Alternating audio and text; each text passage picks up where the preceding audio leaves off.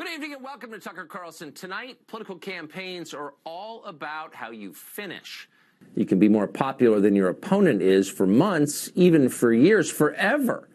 But if you're less popular on election day, you lose. It's all that matters. It's a pretty simple truth, but it's easy to forget. Democrats may relearn it the hard way very soon. Up until a few weeks ago, virtually every Democrat in America considered the upcoming midterm elections a certain win. Why? Well, they looked at the numbers. The majority of voters remain unsettled about Donald Trump. And if an election is a pure referendum on him, they believe the Republicans would lose and lose big. But what if it's not all about Trump? What if there's another side to the equation? Well, there is, and Democrats have just reminded the country of that.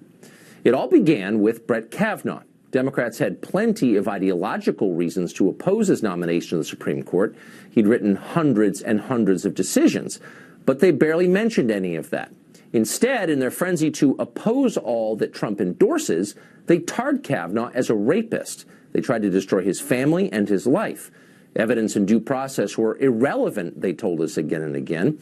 And if you didn't agree with that, they would scream at you.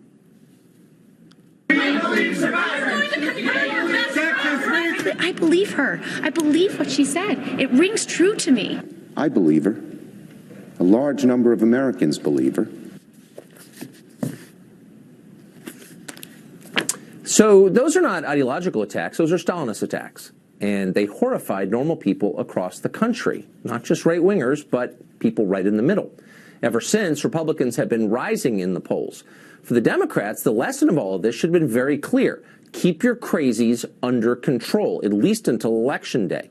But they wouldn't do that, or maybe they couldn't do that, or maybe they no longer recognize what crazy is. In any case, they refused to make a rational case for their own program, and therefore accelerated their own collapse. Elizabeth Warren led the way in this. In a bizarre self-inflicted injury that she committed on national television yesterday, much to the confusion of everyone else, Elizabeth Warren released a video trying to show that she really is an American Indian. Watch as the senator anoints herself the head of the Me Too movement. Now, the president likes to call my mom a liar. What do the facts say? The facts suggest that you absolutely have a Native American ancestor in your pedigree. I'm not enrolled in a tribe, and only tribes determine tribal citizenship. I understand and respect that distinction, but my family history is my family history. I am not enrolled in a tribe, says a lady who's way whiter than you are. Who thought that would work? What consultant came up with that? Even the Cherokee Nation denounced Elizabeth Warren, and the media weren't that impressed either, actually.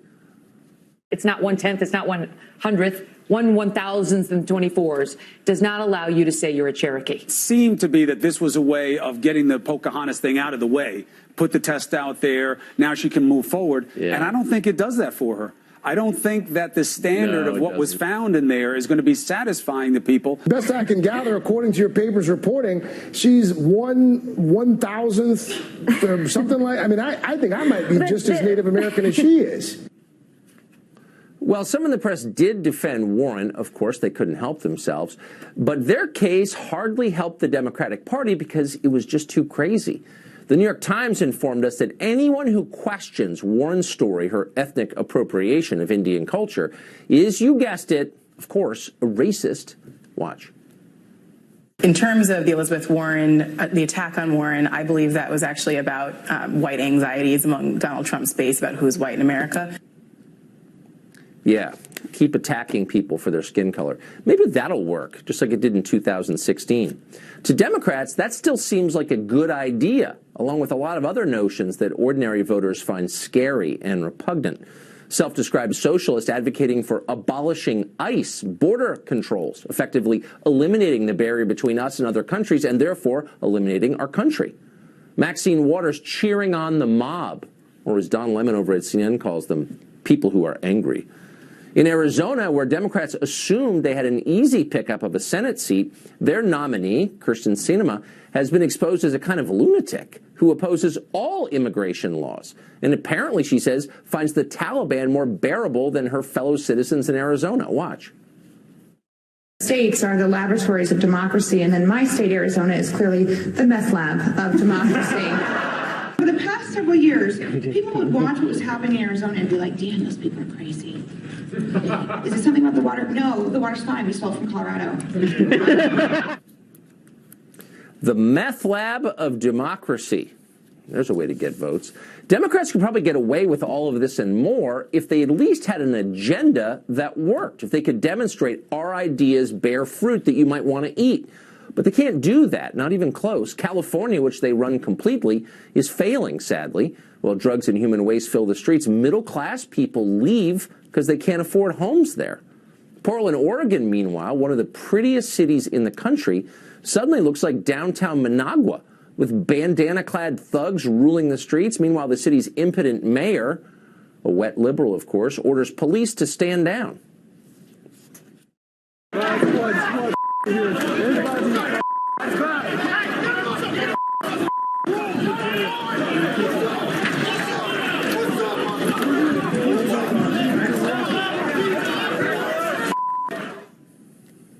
It wasn't supposed to end this way, as you may know. Loathing of Trump was supposed to be the glue that held all the constituent parts of the Democratic Party together. Instead, it's destroying the party. In their efforts to fight Trump, they have become what they said they hated. For example, you've heard over and over and over again that Trump hates women. He's a misogynist. And yet, whatever Trump has said, he never created anything as repugnant as the rapper T.I.'s new video. That shows a Melania lookalike stripping in the Oval Office. Watch this.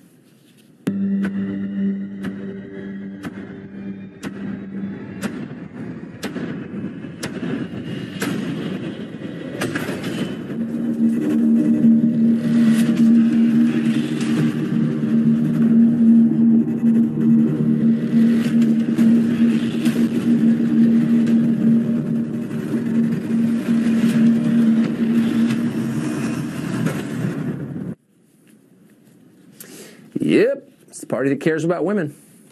Well, it's still 3 weeks to go until Election Day, and Republicans in Congress remain vulnerable, in some cases very vulnerable.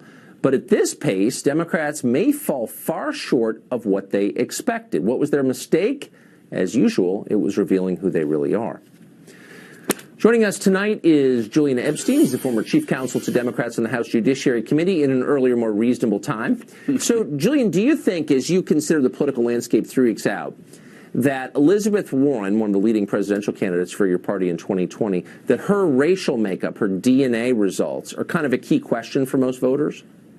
No, I think it's irrelevant to most voters. And I think the point that you're making in the riff leading up to this is one that I agree with. I think the lament about how trivial and hateful and irrelevant our politics is, at least the Beltway politics is, to most people's lives, I kind of completely agree with that. Where I differ with you is that I think there are sins that have occurred with Democrats, and Democrats are guilty of it, but I also think Republicans are guilty of it. I think both sides are guilty of it. I think it's a product of an increasingly tribal country that is not good for us. I think it's a product of cable news. It's a product of social media. It's a product of many social and kind of media forces that are going on right now.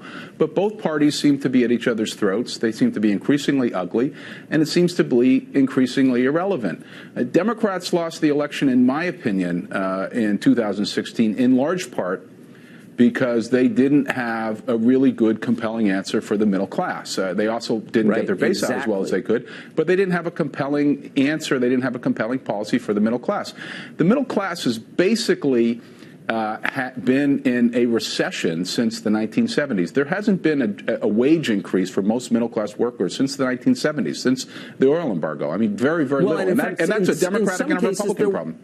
Their wages, I couldn't agree with you more, and that's why I think why Trump got elected, because both parties were ignoring those voters, and they're Americans, they're actual people. I completely agree with that. In some cases, their wages have gone down by 11% actually in the past 30 years. So the question is, though, why, A, wouldn't the Democratic Party take up the cause of middle-class economics, and B, why are they still attacking those people as white men or, bigots, this constant refrain that those people are immoral and bad? What do they think they're getting out of that exactly? Look, I think both parties are being pulled by their bases, and I think it is, and this is, I know you don't want me to plug Eric Holder, but one of the important things that Eric Holder is doing is trying to do districting reform so you don't have completely red and completely blue congressional districts, and people are forced to talk to each other. I think what happens is when you tribalize this country and you put somebody into a blue camp or to a red camp, they tend to just talk to each other, and the extremist voices are the ones that rise above. It's the same thing that happens on the Republican side. Look, you have a Senate candidate in Minnesota, and it was revealed today in 2009 she made a very unflattering reference to Michelle Obama, comparing her to a primate. I mean, so there are plenty of examples we can point to on both sides, Tucker. But what you don't have, though, is any Republican leader standing up and saying that a certain race of Americans is defective or wrong.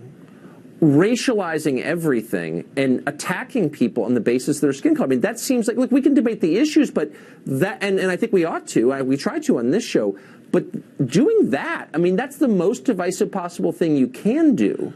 Look, but it's universal on the left. What is that? I'm actually bothered by it. Well, look, I think the left plays identity politics, but I think the right plays identity politics, and I think both are unhelpful. At some point, we have got to come together. And I don't even like a lot of the Republicans, but I've never heard a single one stand up and say, you know, the problem is black men. If somebody did that, I swear, as God watches, I would attack them on this show, because I hate that crap. You hear that every day on the left, and nobody says anything. It's like it's normal. Why? Well, I mean, I think that, again, we can debate this all you want, but I think that I think there are dog whistle politics that occur on the right when you refer to Mexicans as rapists and drug lords, and you use that to justify the wall. I think that's dog whistle politics. I think what's going on in Florida right now. I mean, it's not about their race, it's about their citizenship. I mean, look, I think they're probably whatever, but this is not a dog whistle. This is an explicit attack on people based on their race. Like, when do we allow that? Why is that okay? Look, it is polarized. Both parties pour fuel on this fire.